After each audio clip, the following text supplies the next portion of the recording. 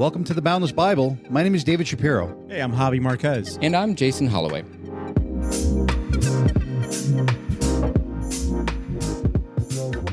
Quick questions with David. Here again for our favorite question time to get to know a little bit more about you guys.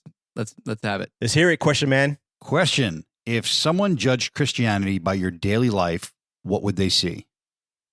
Man, that's good. It's a tough question. I'll tell you that what they would see versus what I hope they see. Okay, that's good. I hope they see somebody who is trying.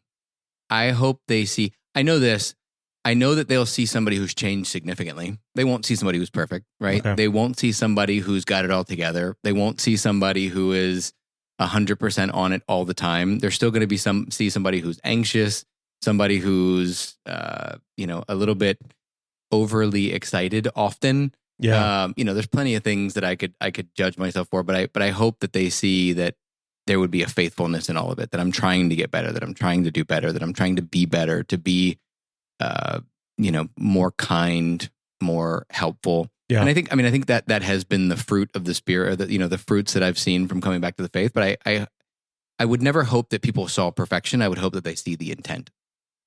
That's good. Yeah, that's really good. I think for me, what I hope they will see is a person that's passionate, that loves God, that wants to continue to learn and really do good and do good to others. I feel like it's hard to think about this question because I think about people that are close to me, think about people that pass by me through like my daily life. Yeah. Right. But there's also people that I do life with on a weekly basis, right? Through church and all that stuff. So, I think they will see a person that's just passionate. I'm a very passionate person. So when I speak, I could be either loud, I could be very quiet, but I could be very intense. And I think that's what they will see. So a person that's maybe at times maybe opinionated or maybe just really, really strong in what they feel they believe, and it could come out wrong sometimes. One thing I do want to say is whatever they do see from anyone is they only see in a glimpse, and not to judge somebody from their glimpse of what they do see, And I guess we're talking about somebody that passes by, but I also think about Jesus and what Jesus wants us to do is to continue to seek him, to do good so we could live a daily life of that's good. So when people do see us, they see light. They see Jesus. Right. Yeah, we need to reflect it, right? Right. Yeah. Yeah. And again, I think it's important that they see that there's a difference between reflecting light and being light. I'm not always going to be a pure light, but at least I'm trying to reflect it. Yeah. Amen. That's good. For me, it depends on who. So you have the person who knows me from beforehand. Yeah. And I think what they see is they will see somebody who grew up illiterate, who is now, an author of books and doing a podcast and about to, complete my doctorate. God bless I you. think, you have something like that where they look and they go, how is this even possible? Yeah. This kid didn't care about school at all. And, you have somebody who knew me in the past. I said, but then you have people who probably would just pass me in the street. And one of the things I laugh about all the time, my kids tell me is, everybody who meets me is afraid of me. I'm 6'3", almost 300 pounds. Yeah. I'm a big, scary guy. Yeah. I'm the kind of guy who you're going to cross the street away from if you're crossing. Yeah. And I think when people meet me and they go, wow, this guy's actually really loving and gentle and loves to serve.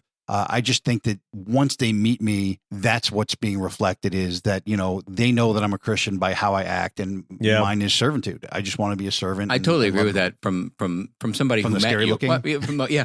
I mean, look, you're I've said it before, you're David in the body of Goliath.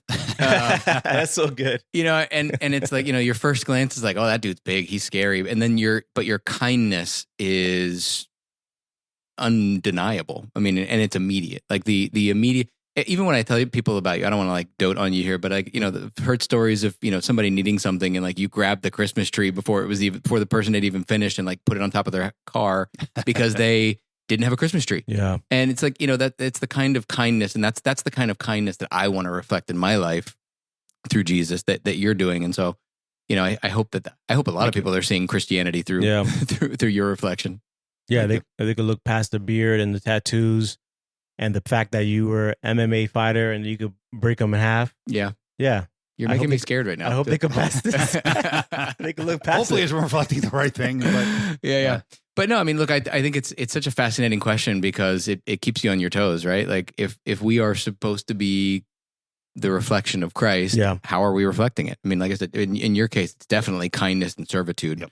I think in your case, Javi, if I have to like look at you, I think it's your faithful heart. Like you look at everybody the same way. I think I've never seen you look at one person differently than another. Everybody's a child of God, and you look at that. For sure. And I have no idea how I'm reflected, but doing my best, guys.